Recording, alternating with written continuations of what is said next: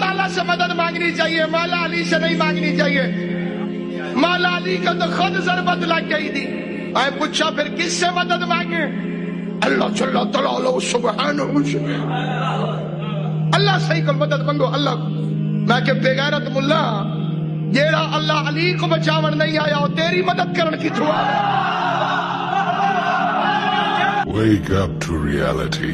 پھر ہم نے تم کو دین کے کھلے رستے پر قائم کر دیا تو اسی رستے پر چلے چلو اور نادانوں کی خواہشوں کے پیچھے نہ چلنا، یہ اللہ کے سامنے تمہارے کسی کام نہیں آئیں گے۔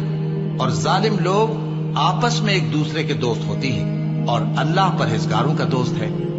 یہ قرآن لوگوں کے لیے دانائی کی باتیں ہیں اور جو یقین رکھتے ہیں ان کے لیے ہدایت اور رحمت ہے۔ بھلا تم نے اس شخص کو دیکھا جس نے اپنی خواہش کو اپنا معبود بنا رکھا ہے اور باوجود جاننے بوجھنے کے گمراہ ہو رہا ہے؟ تو اللہ نے بھی اس کو گمراہ رہنے دیا اور اس کے کانوں اور دل پر مہر لگا دی اور اس کی آنکھوں پر پردہ ڈال دیا۔ اب اللہ کے سوا اس کو کون راہ پر لا سکتا ہے؟ تو کیا تم لوگ نصیحت نہیں حاصل کرتے؟